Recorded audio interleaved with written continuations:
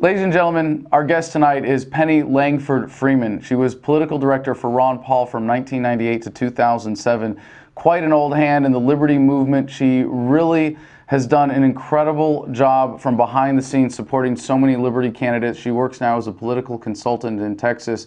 But she's on the show tonight because of her understanding of Ron Paul Inc. and is going to help answer a lot of the questions that people in the Ron Paul movement have about what's going on with the campaign, Ron Paul's personal implications for that, as well as his family implications, and what it means for the movement going forward, given that we have seen such turmoil in Ron Paul Inc. as of late. We've seen the outing, I guess I would call outing, of so many leeches around Ron Paul, Jesse Benton, John Tate, Doug Weed, all of those involved in the campaign. She has some very unique insights to share as to what may be behind all of that, and we're very grateful for her coming on Adam versus the Man for her first media appearance on this subject in something that I'm just, Penny, I don't even know what else to say in introducing you, but I'm so grateful that that I have this opportunity to share your wisdom and your perspective and your insider information with the rest of the movement. Thanks, Adam. The reason for me coming on, I like to stay under wraps, and I don't make a habit of talking about or destroying hope or taking people down. I like to build up people and give them hope. But there's a lot of truth here that needs to get out, because I don't want the movement to be fractured. I want us to be a cohesive family, and there are a lot of things going on that truthfully need to be explained. And from my perspective, living down here and seeing what's been going on for several years now, it needs to be explained so that people can move forward with truth. And, usually when something like this happens, people take it like it's a devastating blow. And on face value, it may seem that way right now. But I can see that there are things going on with our growth in the movement, that these things need to happen. We need to see who is going to carry the message consistently. We need to see who is going to fall and cave in to the establishment, because it is a very real and very lucrative, heady power game that we're playing with here. So, go ahead and ask me what you want to know. Well, first, when you say devastating blow, do you mean Ron's concession after having seen so many mistakes in the campaign and so much potential squandered, or are you referring specifically to what happened just last night, Rand Paul going on Sean Hannity and endorsing Mitt Romney? Well, I think that's it's been going on for a long time. People have been wondering, why is Jesse Benton coming on to the media and saying, we know Ron's not going to win, or we're doing this to build the party, or we're not going to be campaigning in Florida, or we're not spending any more money on a campaign. Those things have raised a lot of questions. And those things are not conducive to, and even giving your strategy to the world is not conducive to a true grassroots, decentralized campaign. Well, I have a feeling we are going to go on a little trip back in time here in political history and have a real examination of everything that's gotten Ron Paul and the movement to where it is today. But let's sort of do this in reverse chronological order then, starting with the most recent. Why did Rand Paul endorse Mitt Romney?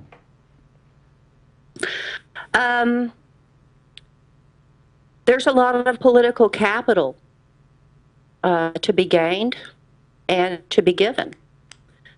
You have this multi-million-dollar list that his father has accrued over time, and it's very valuable. And the neocons and the establishment want that. And if they can't have that, they want that power to be neutralized, because the very first thing that a candidate has to have is an ability to raise funds. And if you neutralize that ability, or if you water it down, then you co-opt the movement. And I believe that that is what's going on here. If you see the movement of the RNC after Rand won that primary, and how they sent Trygve Olsen in. And Justin Raimondo wrote a very, very good article talking about Olsen as his... Very important background. The link to that article will be in the description. Well, people need to understand that. I mean, here we are fighting a megalith government. Hold on, Penny, though, before we get to Trygve and the background here, you're still avoiding the central question here for Rand. Why? Why did he make the choice then to side with the establishment? I don't want to say over his father, because I think it's assumed that this was done with some planning and coordination. Obviously, it wasn't a spontaneous thing, but certainly against the movement. Why? Yes. Political capital. I mean, he's got his foot in the door. So you're saying that Rand Paul, unlike his father, is willing to either compromise his principles or doesn't have the same principles in order to further his political career? Sure.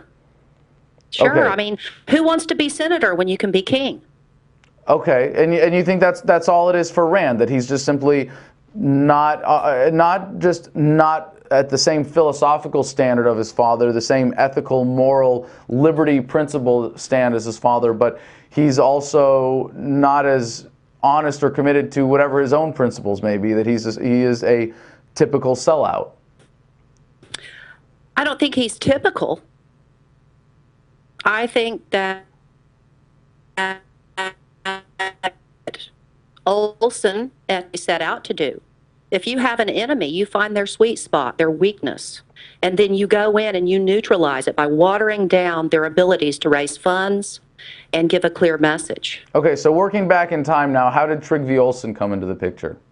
The RNC sent him there when he won that primary. So this is back to Kentucky, 2010. Rand wins his primary against the former Democrat GOP establishment choice, and they send Trygve Olsen to be the adult in the room. Their words, that was what was actually published as their strategy for why they sent Trygve Olsen in. But why him in particular? Because he is the neocon regime change specialist. He's worked in countries all over the world to do this. He is their guy. On behalf of whom? On behalf of the neocon establishment, the military-industrial complex, those who will have their wars. Okay, so for our viewers, be more specific, if you would, then, in what is it about Trygve Olsen's resume that puts him in a different category, that has you condemning him outright?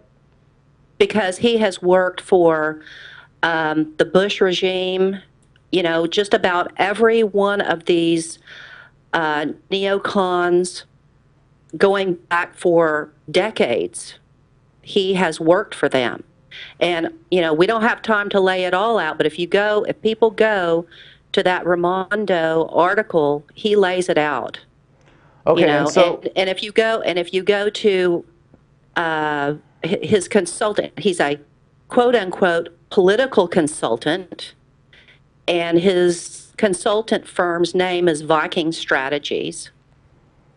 He worked for Rand, and then Olsen is the one who suggested Rand bring in Jesse Benton, because Jesse Benton is part of Ron's weakness, his family.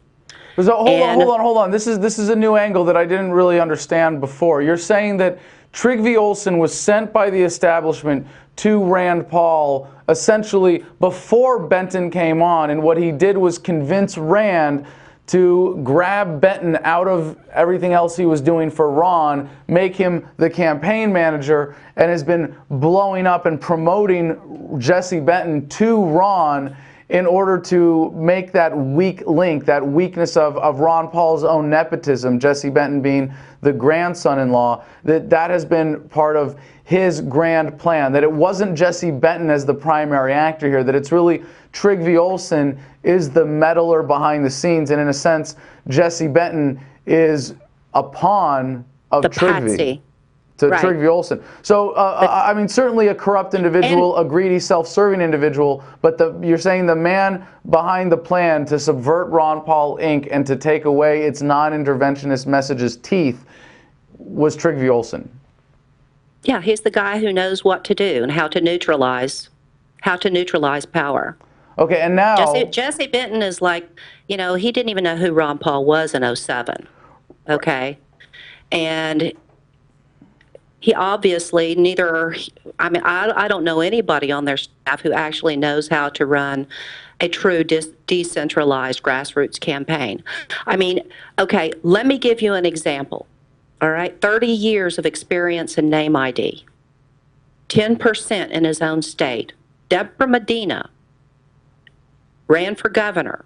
First time she had ever run for anything besides her own county chair, and got 18% in this state with $880,000, got over 250,000 votes because she ran a true decentralized grassroots campaign. You know, Ron Paul getting 10% in his own state with 30 years of political capital and a massive amount of money.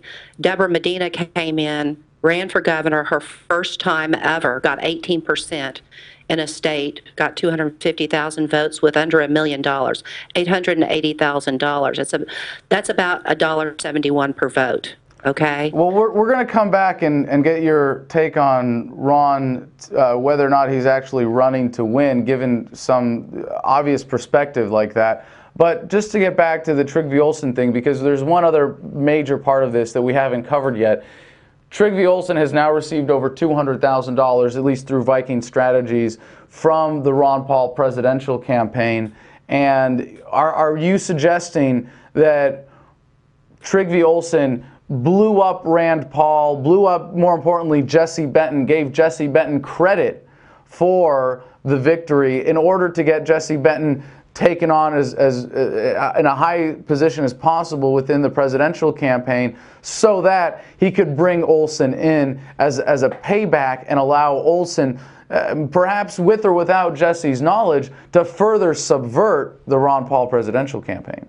Yes, it's been a conduit.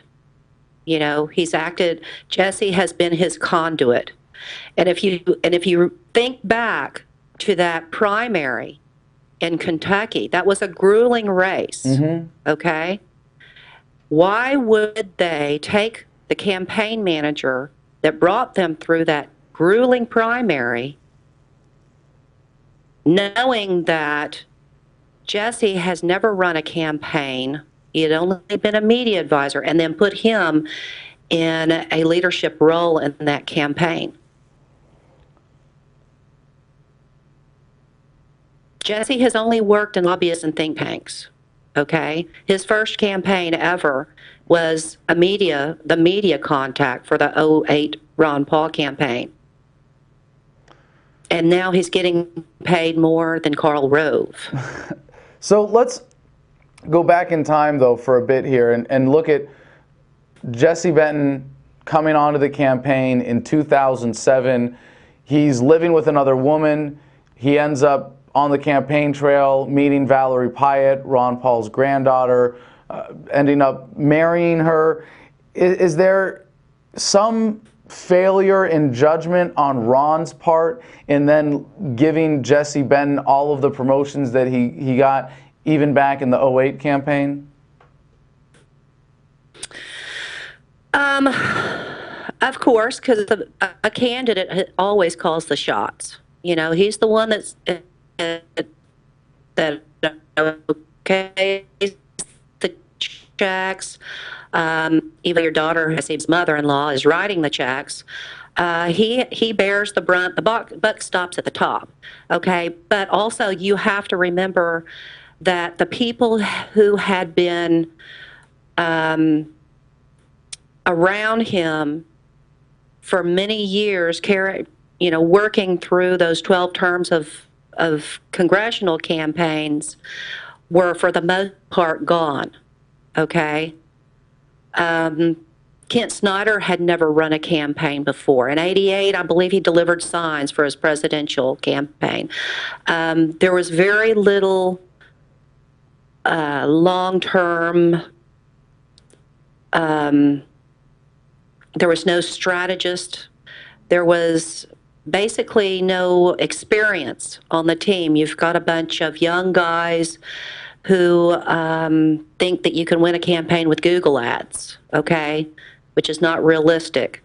And so, these guys who Ron is thinking smart now are, instead of providing contact to the outside information, build a wall around him and tell him what they want him to know. And this is why you see some of these really strange endorsements by Ron Paul in 2010.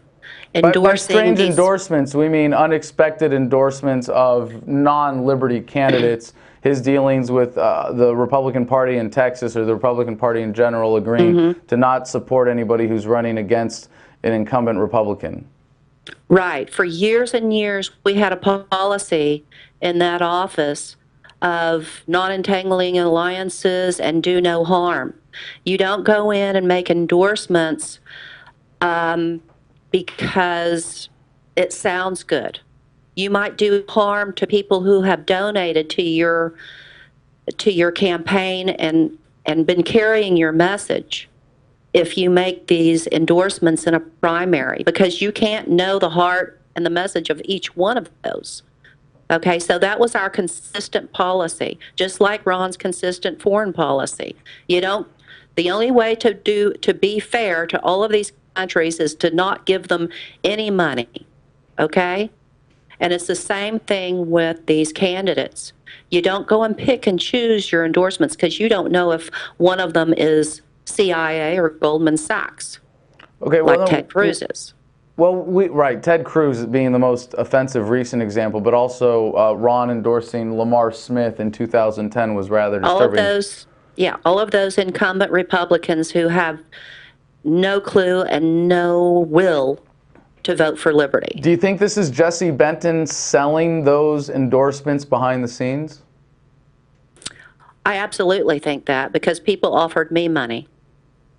So not proven, but clear evidence you do get paid off in some form or another if you make these endorsements. If the candidate takes charge and does it and understands the deal, then hypothetically Ron could be benefiting from all of this. But if they're bribing Jesse Benton, saying just send us an endorsement from Ron, then obviously it's not in Ron's best interest. But now we're back to 2007. But Adam, let me go a little bit further on that. Okay. Okay. Not only do you make these campaign aids, or whatever you want to call them, not only do they make a down payment into some consultant firms, which we know Jesse Benton has 2 of them, but if you do fundraising for them, you get a percentage of your fundraising ability as well. Say, if Ted Cruz used the list, the multi-million-dollar fundraising list of Ron Paul, and an aide makes a deal to get 10% off at the top, you can see where that would be a very lucrative business deal. Absolutely. But now we're back to 2007 when you stopped working for Ron, and I just have to give you the chance to answer the devil's advocate question here. How do we know that you're not just some disgruntled former staffer like Eric Dondero? And feel free to say whatever you want to differentiate yourself from Eric Dondero. For many years, Eric Dondero was like my arch enemy, okay? We did not get along at all. I kind of felt bad for him because he had,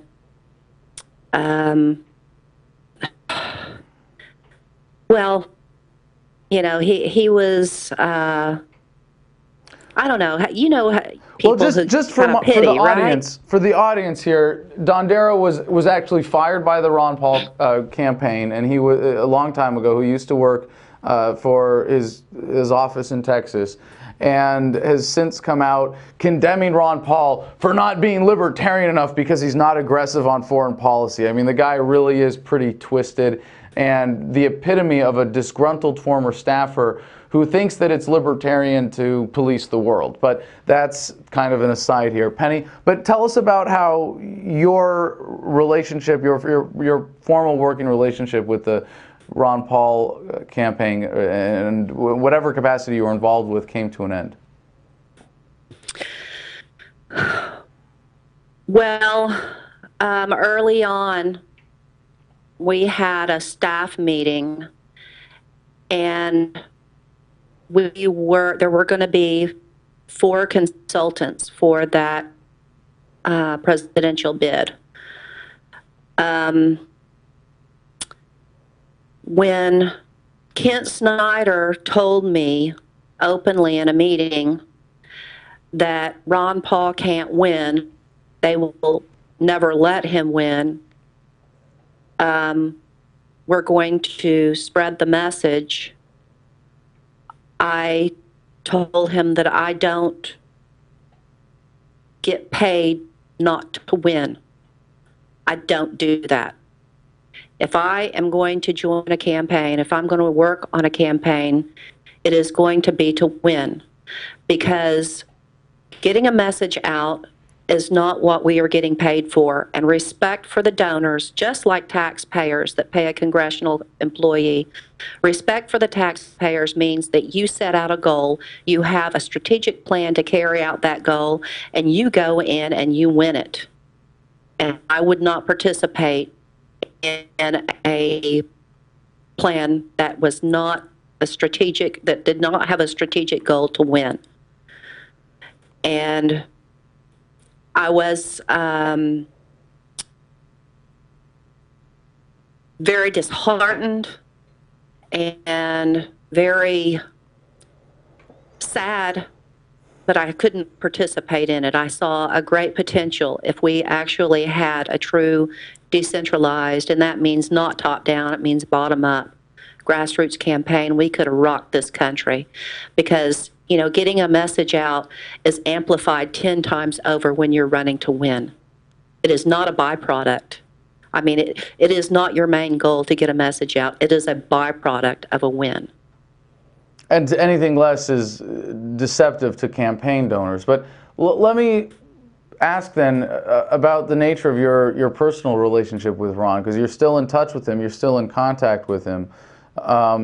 What do you think is going through his head right now? How aware is he of all this? Because that's really one of one of many million-dollar questions here, is how much of this corruption around him within his organization is Ron Paul actually aware of? I don't know that. I don't know what he knows. I do know that there is an insulation. I do know that anyone trying to get a hold of him hits a brick wall with Jesse Benton, yep. And there's a reason for that.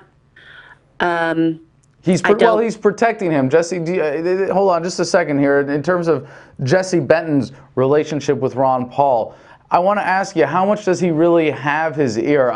People have likened this to the king from the Lord of the Rings, who has the evil sorcerer whispering in his ear and has him under his spell. Is that really the kind of power that Jesse Benton has over Ron Paul at this point? A man who's been in the campaign meetings has told me that Trig Fielsen always sits by Jesse Benton, whispers in his ear, and then Jesse pipes up with something that you know couldn't come from his brain. That's a nice way of describing the limitations of Jesse Benton's intelligence. But also the family, the Paul family. What is their take on all of this? I know that there are members of the Paul family that call Jesse Benton the idiot-in-law. I know that there are members of the Paul family who were amazed and disheartened by the endorsement of Ted Cruz. I know that there are members of the campaign staff that are disgruntled and amazed that so much power and influence has been concentrated into one human being. I know that the people of District 14 have been left floundering with two neocon establishment candidates to replace Ron Paul. There's just a lot of things going on that you really can't know how much Ron knows. I hope and I pray that he knows very little about this, because the implications of him knowing are not good. What are they? The implications are that he has been participating in a scam of his supporters. Do you think that's true? Do you think he was never running to win and was deliberately deceptive in that and has allowed all of this to go on?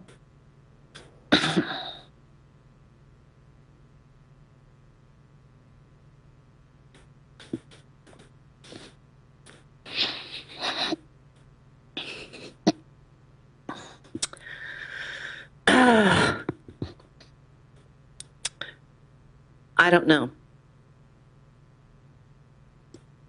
I know that his portfolio has grown. Well, that really is the million-dollar question, isn't it? Yes, it is. Are you confident that he was never running to win? Because even as an outside observer, in the sense relatively outside, this is probably why most of the mainstream media didn't take him seriously. They saw so many failures in campaign organization and wrote him off, in a sense, as they should have, as someone who is running an educational or message or fundraising campaign on behalf of Jesse Benton and of course, and himself and the cause, as opposed to running to win. I think that more the reality is that there was there wasn't quite the confidence necessary in the message. You know, the message is so powerful that he was always so surprised, and still is. You can see it on his face, that he's always so surprised when he gets so many people in the room. And I think that he underestimated the power of that message. When he first was thinking about running in '07, I told him, this is the message that people live and die for. Do not be surprised when you have people that are willing to take your back and to cover your back and die for this message, because that's what the founders did. This message is what those students in Tiananmen Square died for. And so you cannot underestimate that power. Words are very powerful. And you know, he said, you know, the idea, it is time for this idea. And so if you have that message and you get out there and you run on this message on a national stage, then you have to have the the confidence and the ability to portray that message consistently, and he's done that for years and years, and I love him for that, and I've loved him like a dad, you know, worked 18 hours a day to further that message and have his back. But you have to stay consistent, and you have to have a no compromise policy. You take no prisoners. You know, you can't carry a message forward that has been no compromise and then all of a sudden, you know, move it forward on compromise. It has to be no compromise all the way.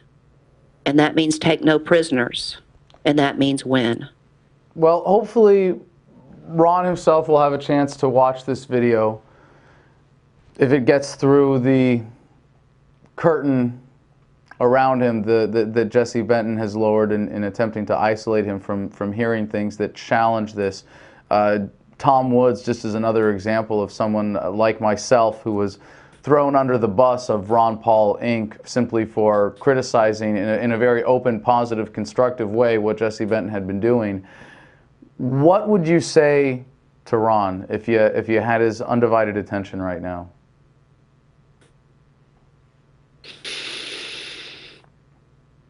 He hasn't been able to look me in the eye for a long time. If I had something to say to him, as you grab your son up and you tell him that you built a movement on this message and you never compromised this message, and it's time, if Rand is going to be the man to carry this message forward, then you teach him no compromise on principle.